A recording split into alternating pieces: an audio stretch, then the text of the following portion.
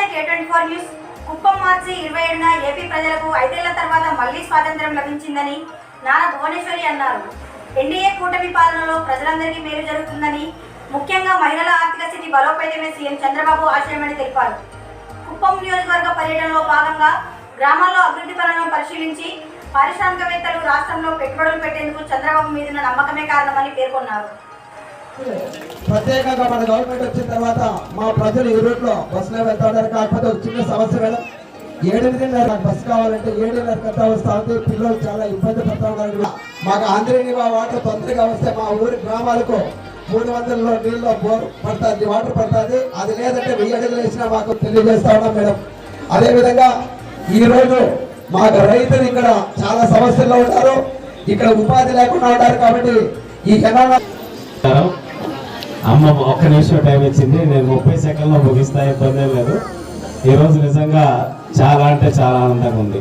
2 కారణాలు దానికి. ఒకటి,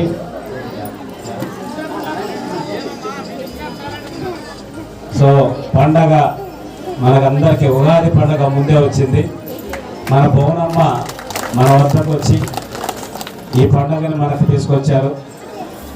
ఎలక్షన్ ముందు నుంచి కూడా, సారు అరెస్ట్ అయినప్పటి నుంచి కూడా నా కార్యకర్తలకి, నా బిడ్డల లాంటి కార్యకర్తలకి అండగా ఉండాలి, వాళ్ళు ఎన్నో ఇబ్బందులు పడుతున్నారు, వాళ్ళకి మనోధైర్యం ఇవ్వాలని చెప్పనేసి ప్రారంభించిన ఆమె జైత్రయాత్ర ఈరోజు 164 సీట్లతో చంద్రబాబు నాయుడు గారు ముఖ్యమంత్రి అవడంలో కూడా ఆమె భాగస్వామ్యం కూడా ఉంది. ఉగాది సందర్భంగా ఉగాది శోభను ముందుగానే మన గ్రామానికి తీసుకొచ్చినటువంటి మన ఆరాధ్య నేత ఎవరైతే ఉన్నారో చంద్రబాబు నాయుడు గారి సత్యమణి భువనేశ్వర్ మేడం గారిని ఇప్పుడు మాట్లాడుకుంటున్నాం. Thank you. ప్రతి మహిళా శక్తికి పేరు పేరున నా హృదయపూర్వక నమస్కారాలు. అదే కాకుండా రేపు వచ్చే ఉగాది పండగకి మరియు రంజాన్కి ప్రతి ఒక్కరికి నా శుభాకాంక్షలు. మనందరం ఈ సంవత్సరం ముగిసి మనందరం కొత్త సంవత్సరంలోకి అడుగు పెడుతున్నాం. ఈ సందర్భంగా మనందరం ఒకటే ఆలోచనలో ఉండాలి. మనం ఏం చేయాలి, మన కుటుంబం కోసం, మన కోసం మనం ఎట్లా ముందుకి సంతోషంగా వెళ్ళాలని ప్రతి మహిళ ఆలోచించాలని నేను కోరుతున్నాను. ఆయన అన్ని కాపీ కొట్టి మాట్లాడేస్తున్నారు, నాకేమి పాయింట్స్ లేకుండా ఆయన మాట్లాడారు. అందుకే ఆ భయంతో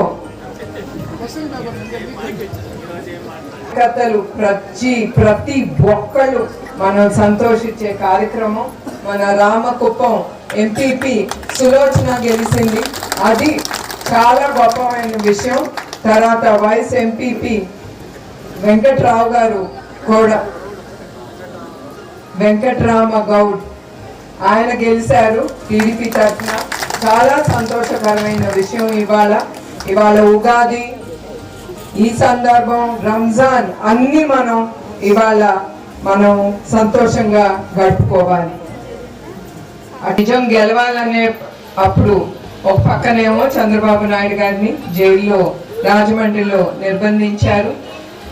అట్లానే నాకు అలవాటు లేనిది ఎప్పుడు